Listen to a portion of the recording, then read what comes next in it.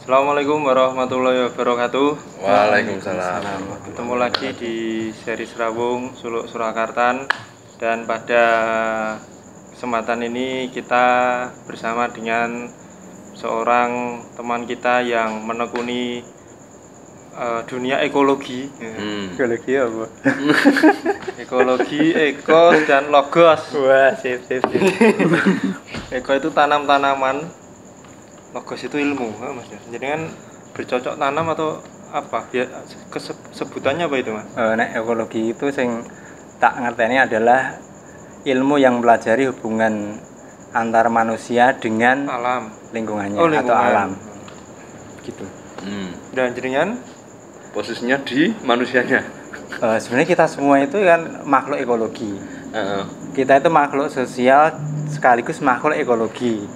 Tapi mbuh ngopo tak tahu kenapa sampai sekarang itu kan yang dibahas, yang disadarkan, yang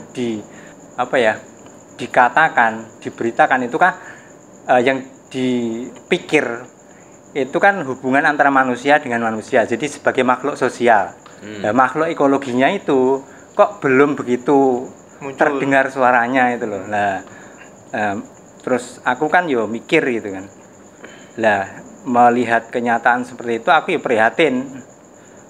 Ya keprihatinan itu menggerakkan aku untuk ya berusaha lah untuk mengakrabi alam begitu. Akrab dengan alam. alon-alon, dari namanya belum. Namanya Mas Ibu, Mas ya. Tapi masuk itu nama asli. Itu nama panggilan. Ceritanya ini. Piye Mas? Nama panjangku kan Iis Budi Hartono. Iis Budi Hartono. Zaman dhisik aku kan sejak dulu itu memang orangnya ora cukup dengan sesuatu itu yang standar gitu loh. Seneng iki berkreasi dan memodifikasi. Jeneng ya tak modifikasi, dan aku aliran modifikasiku itu sing simple minimalis gitu kan. Nah, makanya nama panjang itu tak singkat. Iise tak jiko I, Budine tak jiko Bud. Keri dhewe kan nek H nih. Hartono itu H, IPUDH tulisannya. Nah, nek jenengku singkatke, Mas. Wah, nek itu singkat dhewe. Aku ora iso ora cocok. Nah, itu sejak tahun mungkin 2001 sampai sekarang itu aku akhirnya dikenal yo dengan Ibut. Mas Ibut. Akhirnya dikenal dengan Ibut ya. Nek golek Mas Iis Budi Hartono angel banget ya. Sing kenal itu di kampungku. Ngendi? Oh, kampung Sragen. Oh, aslinya Sragen Gesi. Gesi itu jenengan Gesi apa Trenggalek? Trenggalek itu Morotuwo, Bojo. Kalau aku aslinya Gesi. Gesi itu dari kota Sragen ke utara 14 kilo nyebrang Bengawan, tapi ya lewat jembatan lah. Sampeyan ya Sragen ta? Oh, Gemolong. Gemolong itu ya Sragen bagian Kulon. beda. Gemolong kaya kota tersendiri. Iya. Kota metropolis. Sudah memisahkan diri saka Sragen. Kita dibahas. Beda tema. Oke, Mas Ibut berarti kesehariannya bercocok tanam. Gini ceritanya. Aku itu sejak dulu ya kalau pekerjaan profesi itu ya gonta-ganti ya racetol gitu ya. Jadi serabutan lah istilahnya. Tapi sejak kapan itu sudah sekian tahun yang lalu aku nyambut gawe itu punya maksud gini. Nyambut gaweku itu, gerak langkahku itu adalah sebagai upayaku untuk menjaga kelestarian lingkungan. Makanya aku dodolan apa wae itu produk-produknya itu adalah produk-produk yang pokoknya berefek baik bagi lingkungan gitu. Contohnya dulu pernah aku bikin kerajinan dari sampah. Salah satu produkku itu yang dilungguh awake dhewe tadi, kursi panjang tadi. Itu kan dari ban bekas itu. Oh, dari ban bekas. Dari ban bekas. Terus ada banyak lah. Terus dulu ada jam di sini di dalam. Itu jam dari tutup tong kayak gitu dan lain sebagainya. Terus kemudian terus aku jualan beras organik sampai sekarang, terus jualan lerak juga sampai sekarang. Jualan lerak itu sejak tahun 2018 aku tidak sengaja ketika itu aku usaha sambal pecel tapi enggak terus akhirnya enggak berlanjut. Pas kulaan bahan yang pasar itu meruh barang bunder-bunder iki aku tanya ke di penjual rempah. Ini kenapa Mbak? Lerak. Weh, lerak iki to. Langsung tak ambil 1 kilo to. Tak coba, tak Mesti kelerak iki sadurunge urung belum tahu, cuma denger pernah denger sebagai apa ngerti sebagai ya. deterjen yang ramah lingkungan. Tapi goleke neng dia aku kira ngerti. Lah kok neng pasar tanpa sengaja aku mendapatkan itu. Akhirnya ya langsung tak sikat. Tak beli sampai rumah tak ya pas waktu itu aku tinggalnya juga di sini. Tak coba toh, aku ya buka Google lah. Caranya piye? Oh, ternyata gini, tak coba buat nyuci. Nyuci apa, Mas? Nyuci baju, nyuci pakaian. Sampai sekarang aku nyuci pakai lerak ini. Piring gelas bisa. Cak Pakai nyuci lerak itu, apapun. atau mungkin aku keliru ya jari katanya. Lah, Itu gimana itu? banyak yang menggunakan sampai sekarang itu adalah lerak itu identik dengan untuk mencuci batik karena memang sifatnya itu memelihara batik, memelihara kainnya, juga memelihara warna atau kelirnya. Nek batik dicuci nggo deterjen itu jarene ya lebih gampang luntur. Tapi Ya. makanya disarankan pakainya lerak. Selain itu juga nyuci emas. Nek nyuci emas kuwi emas nek dicuci pakai sabun itu jadi warna hijau itu loh. Nah, nek pakai lerak itu emasnya kinclong. Gitu. Kalau aku ya nyuci apa wae karena motifnya itu bukan karena produk ini ben enggak cuma itu ya ben awet itu tapi yang utama adalah limbah dari cucian itu enggak mencemari tanah. Nek aku cuma itu. sangar. Nah terus ceritanya gini, aku pakai sendiri terus tak coba lah, tak tawake. Ternyata ya nek sing tuku keterusan sampai sekarang. Akhirnya aku sampai ngirim sampai paling jauh itu Sulawesi, nek Ngetan, nek Ngulon sampai Aceh. Waduh. Sangar. Lerak Mas ya? Lerak iki. Lerak itu lerak berasal dari pohon apa? Pohon lerak. Pohon lerak hanya tumbuh di Solo. Oh, malah dulu katanya di sini ada karena nggon batik ya. Terus ceritanya aku di beberapa tempat ya neng Wonogiri, neng Karanganyar, neng ngendi neh daerah Jawa Tengah ini, Jawa Timur juga aku neng ngendi ya, neng Ponorogo gitu. Aku tanya, itu jawabannya iki podo ngene. Ora ngerti Mas. Aku coba neng pasar tradisional golek lerak to. Enten lerak mboten. Dhisik mriki kathah Mas. Sini dulu banyak pohonnya, tapi wis ditebangi kabeh. Sudah ditebangi. Akhirnya ada orang yang usianya 50 tahunan, 40 tahun sekian lah yang pasar ki. Lerak ki apa to? Sampai nggak kenal lerak gitu. Padahal lerak itu tumbuhan asli Indonesia yang punya fungsi unik, fungsi yang saya belum tahu ada tumbuhan lain yang memiliki fungsi sama dengan lerak, yaitu bisa berbusa ya sabun tenanan itu. Iya. Bijinya bisa ya? Buahnya itu bisa berbusa tenan. Di ngene-ngene iki bisa untuk. Nah, terus punya daya pembersih itu. Nah, itu ceritanya mungkin begini, kok bisa lerak jadi barang langka sekarang, pohonnya itu kan ditebangi itu nek aku mengira-ira, aku menganalisis secara sejarah, aku nggak punya data, cuma kira-kira aja lah, kira-kira ngelihat perkembangan budaya kita ya, itu kita ini zaman dulu itu mbah-mbah kita itu nyucinya pakai lerak gitu kan, dari alam. Terus kemudian muncul setelah ada setelah lebih modern begitu ya, revolusi itu, industri. Nah mungkin itu. Terus di Indonesia itu muncul namanya alat bahan pembersih yang buatan pabrik. Lah wong desa anu kan merasa kalau itu sing lebih teknologis gitu, itu lebih bagus gitu kan. Akhirnya pindah ke deterjen. Lerak akhirnya sampai sekian masa lerak akhirnya dianggap barang yang tidak berguna, akhirnya ya ditebangi. Terus motif penebangan itu apa? Ternyata pohon lerak itu kayunya juga bagus, tinggi untuk bangunan, untuk kerajinan, katanya begitu. Kayu lerak kan Mas? Kayu lerak. Pohon ini jadi pohon gede.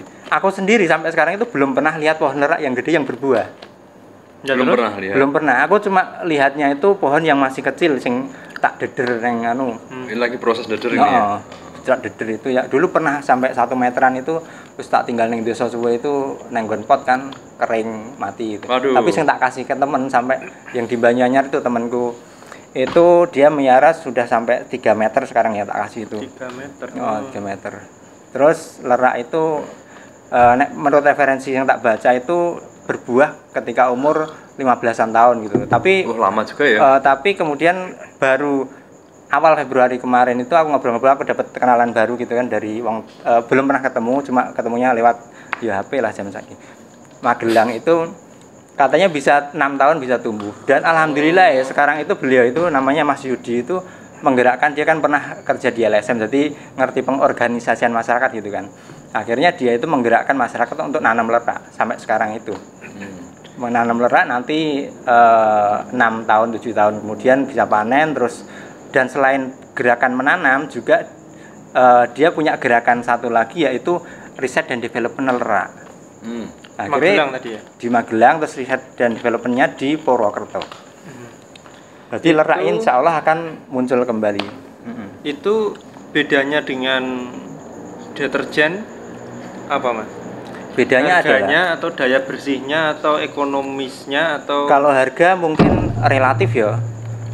Lerak itu 5 butir aja 1 kilo ya, 1 kilo aku kalau jual itu lerak yang kualitas nomor 1 itu 29.500. Itu 1 kilo isinya itu 200 sampai 250 biji butir. Nah, butir. Ini ya. Terus lerak itu pemakaiannya kalau yang kualitas bagus itu 5 butir itu bisa dilarutkan dengan 2 liter air. Nah 2 liter itu tinggal untuk ngerendam berapa baju kan hitungannya begitu. Nah, jadi hitungannya yang ngirit pakai pakai lerak itu ngirit hitungannya juga. ngirit dan tidak mencemari lingkungan ya. Tapi masalahnya orang sekarang kan sukanya instan. Tapi orang wangi mungkin ngono ya. Nah, kalau wangi itu caranya dikasih, aku punya teman di Jogja yang jualan sari lerak botolan jadi itu pewanginya adalah bibit minyak wangi. Essence ya. Jadi bisa dikasih pewangi aroma apa begitu bisa. Yeah. Itu nek apa lerak dilebokke mesin cuci ya iso to Mas? Bisa, Engko sama aja. Ora iso aku wis tuku mesin cuci ya aku. Bisa, airnya itu apa? Wis dimasukkan ke itu mesin cuci. Yang penting takaran kadar literan air malah 5 dan itu tidak dan itu bukan patokan, itu ngelihat leraknya juga lah. Gimana kita tahu pasnya? Kita itu ya trial and error. Yang penting nek biasa nggunake nanti akan bisa ini sendiri. Aku sudah 4 tahun ini menggunakan ya wis ra mikir ngono kuwi. Terus caranya bagaimana itu direndam dulu.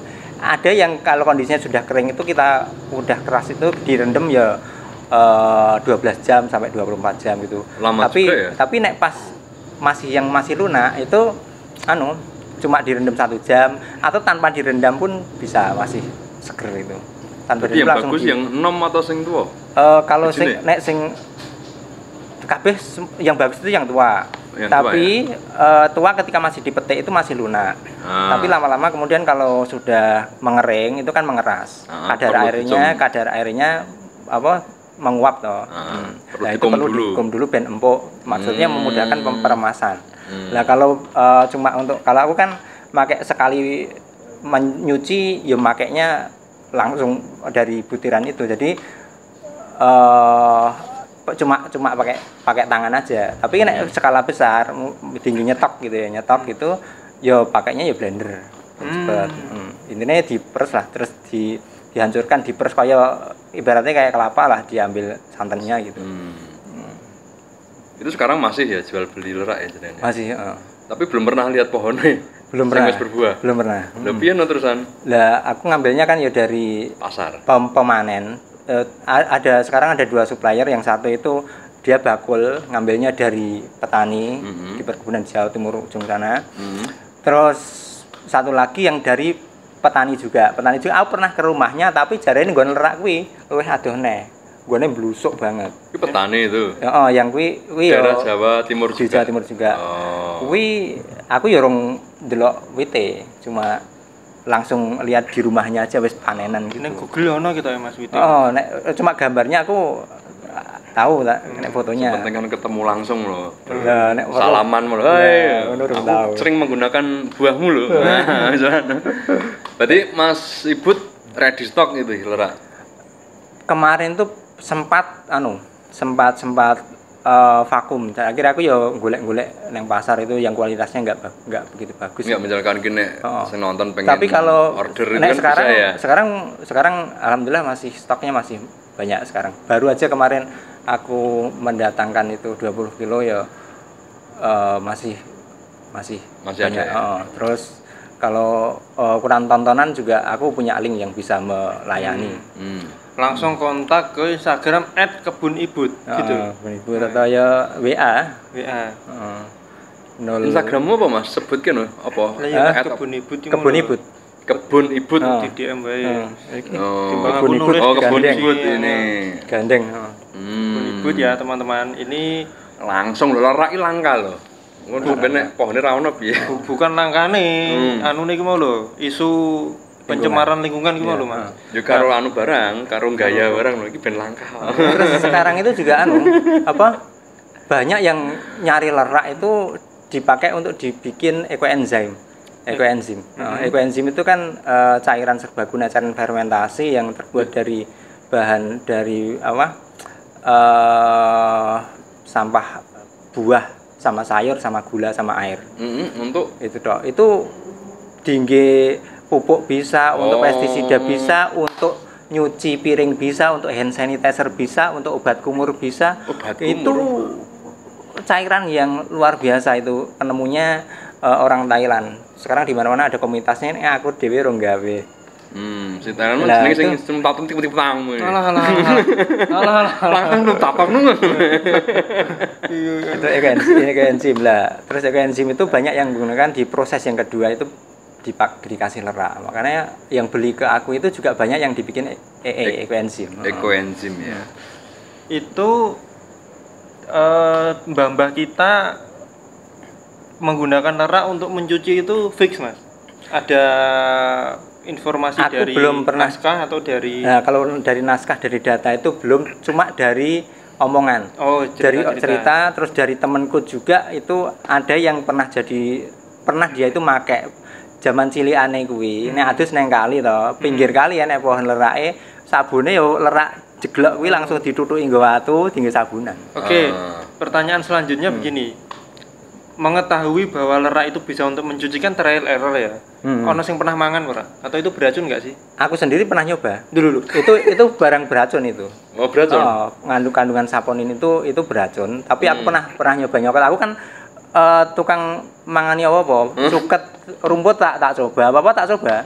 Sampai keleco itu menurut sing tak baca itu ini bukan makanan, tapi yo tak coba tak pangan. Keleco ya tak makan. Buahnya.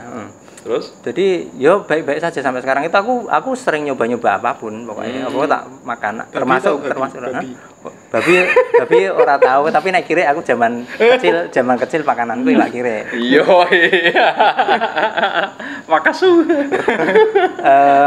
Kelerak tadi nek digigit itu langsung pedes. Ya kaya gigit sabun mandi. Terus yo ngopo sabun mandi digigit itu Mas. Aku ya pernah nyoba itu sabun mandi soalnya.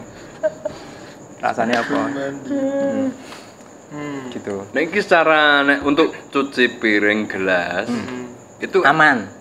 efektif juga Mas. Efektif juga. Nek misalkan kan enak saiki kan zaman saiki kan genah ngelengo ya apa sing minyak goreng kan bisa. Jangankan minyak goreng. Aku tanganku bar ngotek-ngotek motor ya, dandani motor gitu ya. Kena gemuk ireng-ireng gitu ya. Hitam-hitam itu tak cuci pakai lerak bersih. Bersih ya? Nek Idul Adha Bisa pakai lerak, bersih. Tapi baunya aku belum ngecek ya. Tapi kalau lemak itu bisa bersih. Ya lemak, bisa. intinya lemak ya. Lah ya iso. Sangene kan kik. Lah aku bisa maksud kan itu karena kan sing musuh untuk cuci gelas kan bangsa sing lengo-lengo itu kan. Betul. Kan barampungan ya nek harusnya kan lu nyucian kan. Ono sing ra iso dicuci karo lerak. Nah, itu uang. Cuci uang. Lerak bisa itu ya. Sing kaya lengo-lengo sing minyak-minyak. Bisa. Aku sudah membuktikan itu. Oh, bisa ya. Oke, berarti aman untuk cuci gelas. Piring. Terus Mas, iki sing rodok sangar iki. Kenapa isu lingkungan itu penting untuk kita pedulikan? Lah kita hidup itu kan di mana? Kita hidup itu di lingkungan. Kita nggak bisa hidup tanpa lingkungan toh. Kita nggak bisa hidup tanpa bernafas, nggak bisa hidup tanpa minum, nggak bisa hidup tanpa makan. Iya. Kita makan itu apa? Kita makan yo binatang sama tanaman kan. Lah, itu kok ora dijaga itu piye? Lah emang bahayanya sabun cuci deterjen itu apa, Mas? Daya tingkat rusaknya sampai seberapa? Kalau itu aku belum ngerti ya, cuma apa namanya? Itu ya mencemari lah, itu kan barang sintetis gitu ya. Barang sintetis itu kan apapun itu kan kalau dilarut di apa? Di air, di tanah itu kan mencemari. Kayak plastik segala itu kan kalau remuk juga jadi mikroplastik. Mikroplastik itu juga akan mencemari. Mikroplastik. Kuwi ning filme dokumenter yang gitu Dandi Laksono gitu. Apa di Bali itu di Pulau Plastik. Iwak wae mengandung mikroplastik. Ya, terus sudah ditemukan juga darah manusia itu sudah mengandung mikroplastik. Lah nanti jangka panjangnya itu efeknya gimana? Masih menunggu ya. Jadi hindari penggunaan plastik ya, Mas ya. Ya kalau saat ini kita nggak bisa menghindari itu, cuma meminimalkan. Dan yang diminimalkan itu apa? Yang plastik sekali pakai itu loh. Oh iya, plastik sekali pakai, terus termasuk styrofoam yang saiki marak di Ramadan itu loh. Aku kemarin bikin konten itu kan memprotes. Gini judulnya kan nasib lingkungan dalam Ramadan kemarin. Nah itu ya aku mau garis bawahi Ramadan ki sekarang sedang Ramadan ya. Itu berita yang tersiar ketika Ramadan sejak sekian tahun yang lalu itu adalah peningkatan jumlah sampah. Terus faktanya sekarang itu takjil itu ya, wong kan bersedekah begitu ini karena pahalanya berkali lipat gitu kan. Tapi orang-orang kan menyedekahi sesama, tapi efeknya itu mencederai alam. Dengan sampahnya itu. Kan gunakane apa styrofoam, gunakane mika dan sebagainya. Sing pakai takjil yang pakai besek, pakai godong jati, godong gedang itu kan itu justru yang aman. Itu kan tapi minim sedikit. Ya paling nggak kalau sekarang kalau belum bisa pakai godong, pakai ini di perkotaan susah nyarinya, ya takjil itu lebih baiknya adalah pakai piring lah, pakai tempat yang tidak sekali pakai.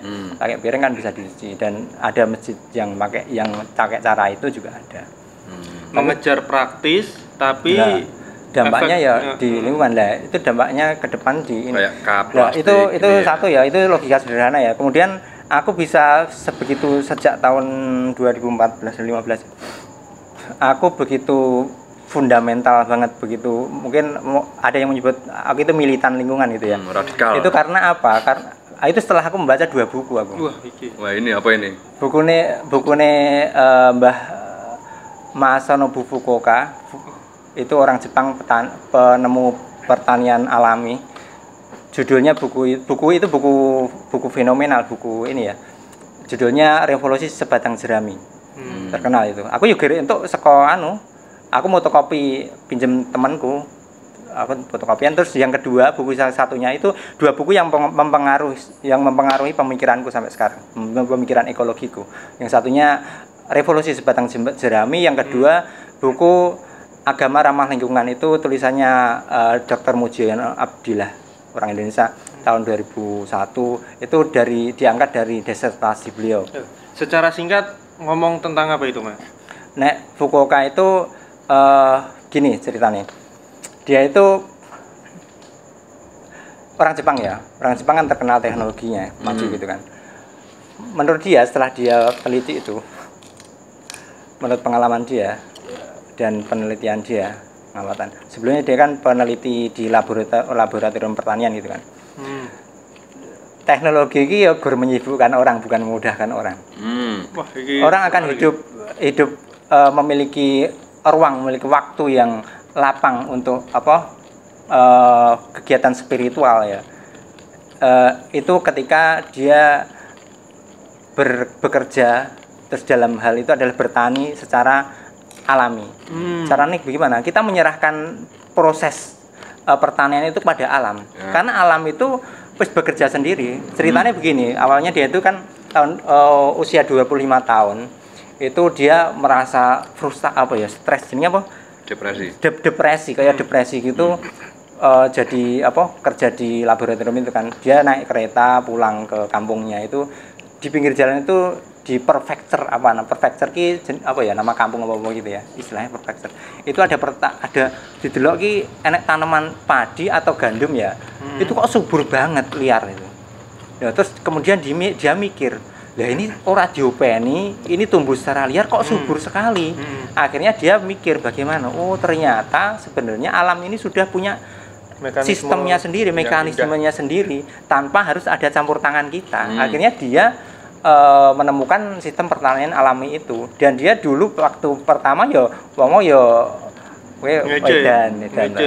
Terus dia baru menemukan fix-nya itu ketika hasilnya yang bisa dilihat bener-bener itu setelah 25 tahun atau 35 tahun 25 tahun kemudian jadi lahan yang dipakai sistem pertanian alami itu semakin hari itu semakin subur beda dengan pupuk, dengan pestisida dan sebagainya itu semakin lama semakin ketergantungan bedanya itu semakin organik berarti ya dan itu lebih dari sekedar organik organik itu masih pakai sistem nek nyeritake kuwi panjang terus yang kudu singkat cerita ya terus yang kan panjang-panjang itu ya panjang terus aku ya lali terus yang kedua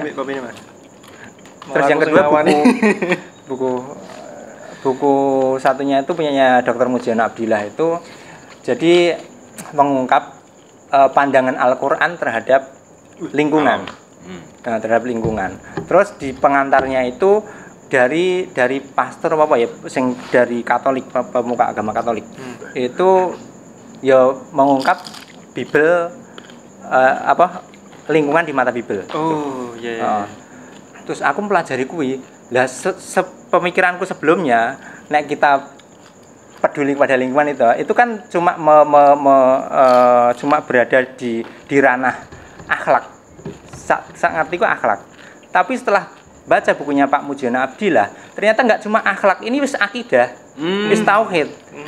Jadi konsekuensi dari kita iman kita, dari tauhid kita itu adalah kita peduli terhadap lingkungan. Ceritanya piye itu panjang, aku sudah meringkas buku itu dan sayangnya ringkasannya di kampung nanti mau tak tak sampaikan lewat lisan gini di YouTube channel saya. YouTube-nya ya. Namanya apa channel? Ya Kebun Ibut ada. Kebun Ibut juga. Itu masih baru, aku masih belajar isih acak-acakan video nih. Itu dua itu. Terus gini, yang jadi renungan nek kita pakainya perasaan ya, kenapa kita harus menjaga alam? Itu aku gini, simpelnya itu. Kita itu sayang enggak sama anak cucu kita. Sing urung duwe anak putu ya nek membayangkan kalau kita sudah punya anak putu buyut canggah wareng udeg-udeg gantung siur keturunan kita itu kita sayang enggak kepada mereka. Lah nek sayang itu kita akan mewariskan kepada mereka itu bumi yang rusak apa bumi yang sehat kondisinya. Yang subur harusnya ya Mas. Yang subur, yang baik, yang kalau dalam ekologi itu istilahnya begini, berdaya dukung lingkungan yang tinggi. Berdaya dukung lingkungan yang tinggi atau yang prima. Itu ya, itu renungannya. Terus aku baru saja pas nonton podcast Mojok ya. Pas pembahasan agraria itu loh. Itu Mas Putut itu kayaknya mengutip dari anonim apa ya? Lebih dalam lagi ternyata. Yaitu bumi ini itu milik anak cucu kita. Kita itu cuma dititipi. Dan nek dititipi, ini harusnya kita itu menjaga atau merusak, gitu loh. Renungannya sampai dalam itu. Ya. Menarik. Semoga istiqomah ya Mas ya.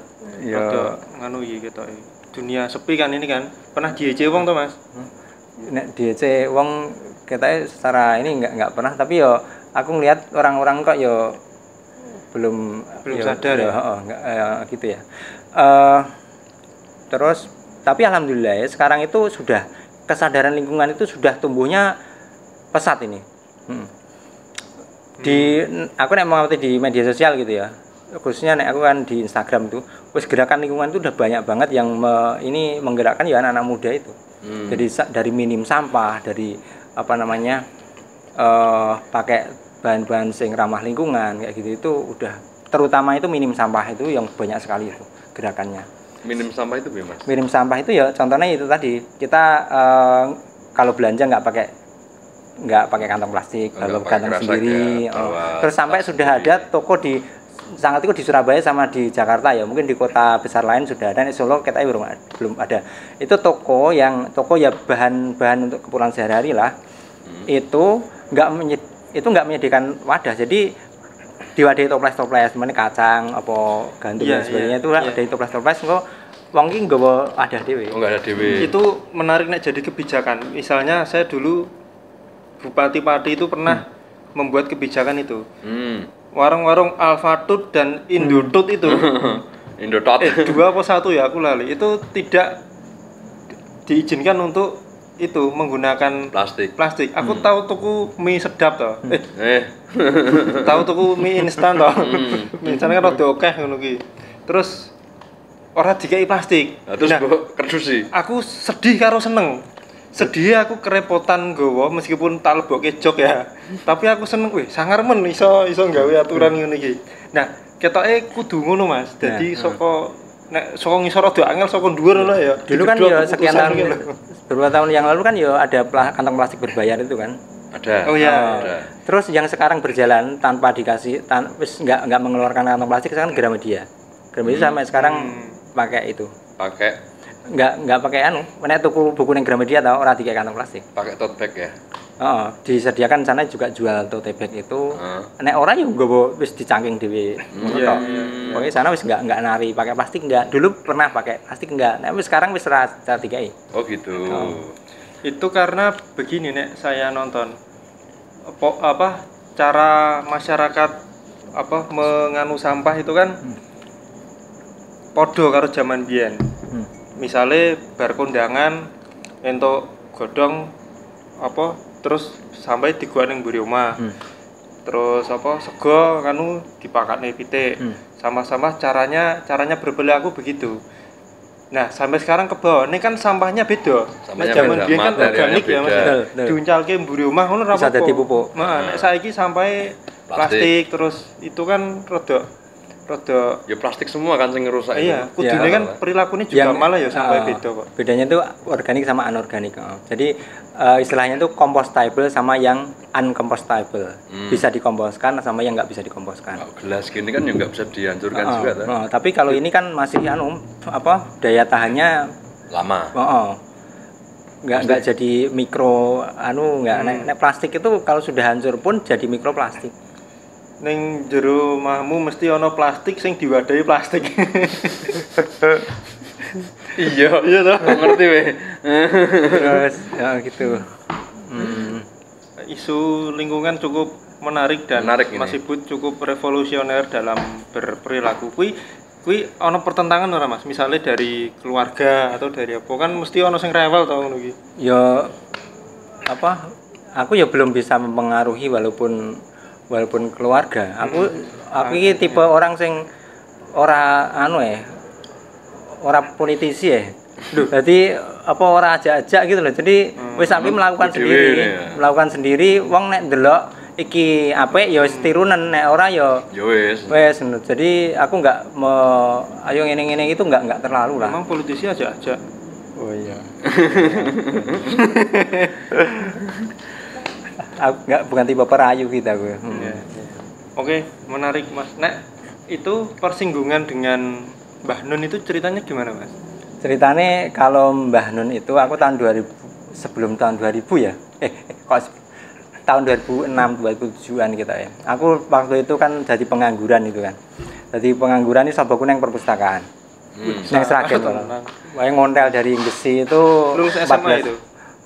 Sudah baru lulus, wah ceritanya rumit nek baru lulus iki aku langsung nyambut gawe urung lulus wis lunga ke omah. Tapi setelah itu terus nganggur suwe.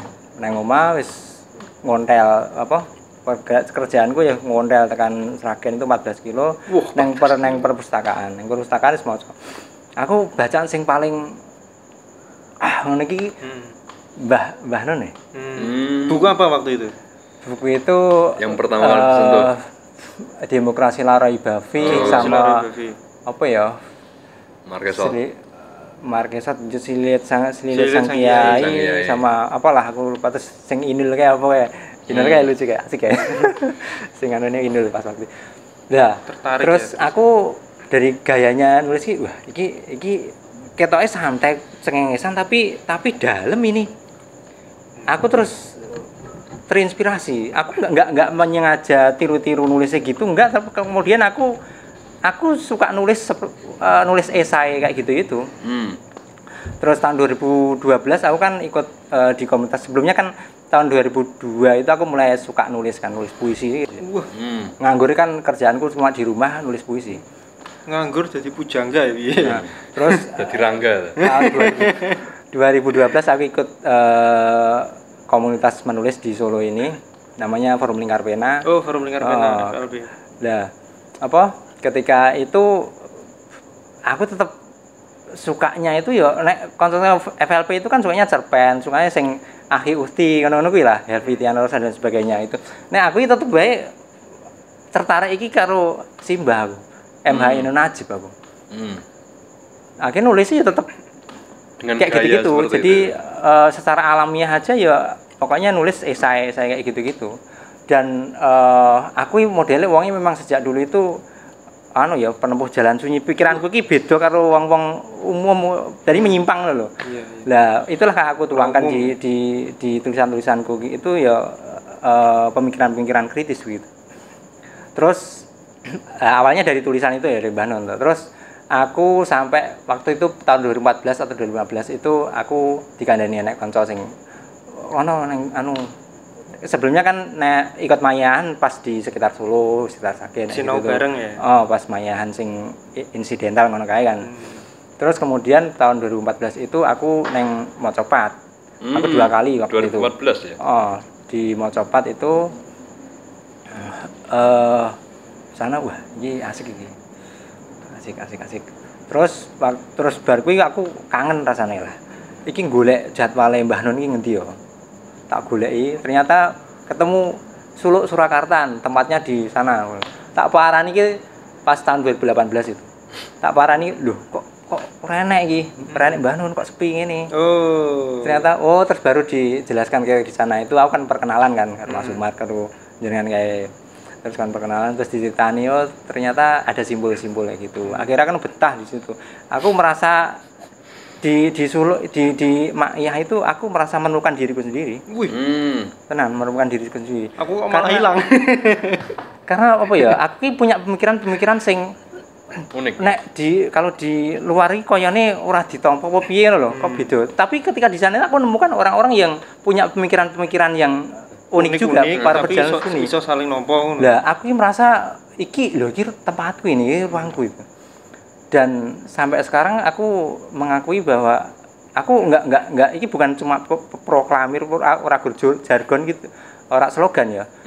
Sing tak rasake iki yo Makyah is my real university. Waduh. Tenan aku sinau banyak sekali di Makyah itu. Ini baru mau topik gue mesti. Orang mau lagi kira. Terinspirasi kan tung ngono. Lagi mau lagi. Ngerti aku. Di Makyah itu aku punya aku tenan itu wis luar biasa pokoknya. Terus yang baru-baru ini ya sejak ya pas pandemi ya aku mulai kenal Mas Abrang pemikirannya jas tenan iki. Akhirnya ya aku betah sampai sekarang. Dolanan simbolik ora Mas? Simbolik tapi wis suwe aku ora buka iki. Ora buka ya. Simbolik ya asik kok ya no. Simbolik asik. Aku iso entuk jeneng sing aneh-aneh. Cukup luas sebenarnya ya Mas. Luas ya. Ini. Dari tanaman tanamannya apa ya Mas? Apa wis iki sing buat anduri ya? Kalau tanaman itu gini, aku ceritanya kan dari jualan macam-macam itu tadi ya. Terus pada awal Februari kemarin itu aku mumet iki piye iki? Aku ben usahaku bisa settle gitu ya. Aku menemui seorang trainer coach. Mentor bisnis lah. Aku tak ceritani ngene. aku menyampaikan iki aku piye ngene iki. Terus diarahkan fokus satu pilih. Kemudian dari sekian itu sang selembar kertas gitu di otak-atik toh, ketemunya itu. Apa itu? Akhirnya Tanaman. aku wis membranding diri, tugasku adalah membranding diri jualanku tanaman. Terus tanamannya apa difokuskan adalah tanaman herbal. Nah, akhirnya Tanaman herbal itu meliputi apa aja, Mas? tanaman herbal itu ya tanaman apotek hidup lah gampangane. Iya, Tanaman jahe, sing kencur. Oh, tapi aku lebih ke sing bisa dipetik sehari-hari lah. Kayak daun dewa, saya aku daun dewa ini lagi kosong. Sambung nyawa, ada daun ungu, ada sambiloto dan lain sebagainya gitu. Jadi itu ini aku kenapa aku memilih tanaman herbal itu karena ternyata banyak sekali tanaman-tanaman liar itu yang ternyata punya khasiat yang kita belum kenal gitu. Tapi ternyata itu punya khasiat gitu. Lah terus aku jualan itu sekarang fokusnya jualan lerak beras masih ya, tapi sekarang kan sing tak kembangin nanti ke depannya kan itu. Nah, itu aku juga nggak sekedar urusan bisnis ya, golek duit orang nggak itu, tapi aku ingin menjaga keanekaragaman hayati. Waduh, mulia sekali. Lah, jaga keanekaragaman hayati itu kenapa? Karena ya memang Allah itu menciptakan segala hal itu kan nggak ada yang sia-sia tuh. Pasti ada manfaatnya. Termasuk tembakau. Nah, betul. Lah, saiki iki nek tanaman sing orang menganggapnya ini sesuatu yang tidak berguna kan ya. Sangat mungkin di suatu ketika nanti itu akan jadi tanaman yang dicari karena penelitian terus berjalan sehingga akan ada penemuan-penemuan baru. Kan begitu. Lah makanya sesuatu yang ora berguna ini ya tetap harus kita jaga. Jangan sampai punah. Terus satu lagi adalah enek contohnya buah ya. Contohnya pisang, itu kan varietasnya macam-macam gitu. Enak sing pisang sing ora digemari wong, pokoknya wis ora enak, cilik, ora payu didol, nilai ekonominya rendah gitu kan. Akhirnya nggak ditanam. Lah lama-lama kan punah to nek Ini harus dijaga karena kita nggak tahu saiki ora kanggo nggak punya nilai ekonomi, tapi suatu ketika nanti sangat mungkin akan punya nilai ekonomi tinggi dan bermanfaat bagi kehidupan dan dicari gitu. Makanya itu harus dijaga. Ini juga dari kebun sendiri. Oh enggak Mas, iki instan lah aku ora ya nang kutho ya ngene gue. Tapi aku tak pilihkan tadi beli itu sing lokal. Kulit melinjo kan lokal. Tanaman lokal. Singkong kan tanaman lokal. Aku pilihnya itu. Pilih yang lokal. Jadi ora sing pakai yang dari impor. Sego goreng ngono ya. Nek terigu kan jelas impore. Nah, makanya aku cari sing lokal. Begitu teman-teman semuanya, terima kasih Mas Ibut, luar biasa idealismenya tentang lingkungan ya. Semoga kita bisa terinspirasi dari yang dilakukan Mas Ibut. Isu-isu lingkungan ini juga Mas ya, rada gayeng ya Mas ya. Gayeng Mikroplastik terus apa pencemaran kuwi pemenang sing ning kendeng ning Padas. Alah malah tekan ngono. Kalau mau tahu lebih tentang itu nanti insya Allah saya akan banyak ini di YouTube-nya. Di YouTube. Oke. Oh ya nanti malah kalau satu lagi yang tak sampaikan adalah ini tahun 2016 itu aku merumuskan satu apa ya tak sebutnya itu tak bikin nama 5 prinsip jiwa bijak lingkungan.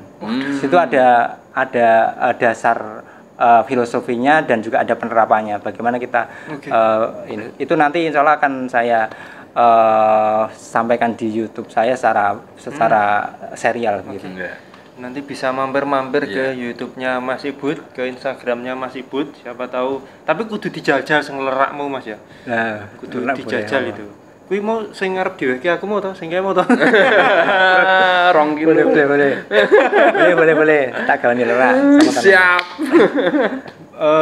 Itu sekian teman-teman, sampai ketemu di konten Serawung selanjutnya bersama dengan teman-teman kita yang unik-unik dan kisah-kisah yang menarik. Assalamualaikum warahmatullahi wabarakatuh. Waalaikumsalam warahmatullahi wabarakatuh.